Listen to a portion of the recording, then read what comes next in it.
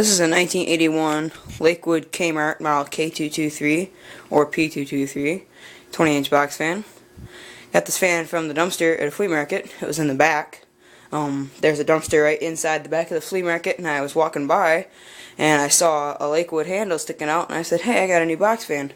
Picked it up and it was this. It had no back grill on it. It did have this front grill, which is actually not even that bad a shape, really.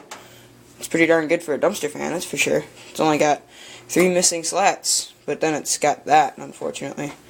Other than that, it's a good grill still. The fan ran, actually, just like it does right now, pretty much, other than I needed some oil and it was really dirty.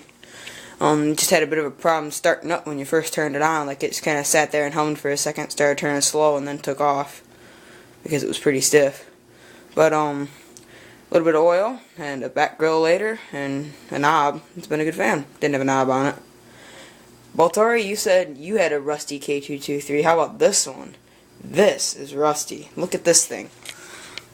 Rusted up the side. The rust follows all the way up the side, all the way around the top. It's all rusted out back there in the top. The motor mounts have rust inside of them in some places. The rust follows this motor mount halfway up.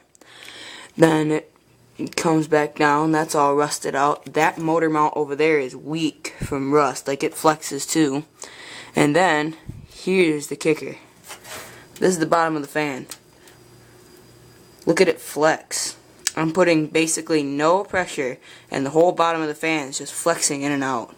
So this cabinet's screwed. This fan's going to need a new cabinet.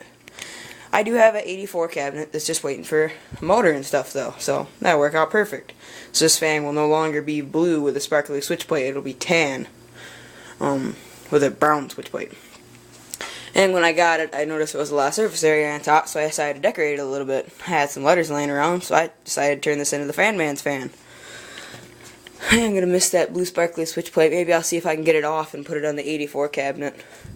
But anyway, that's it for this video. So, as usual, thank you guys for watching, and I hope all you guys enjoyed.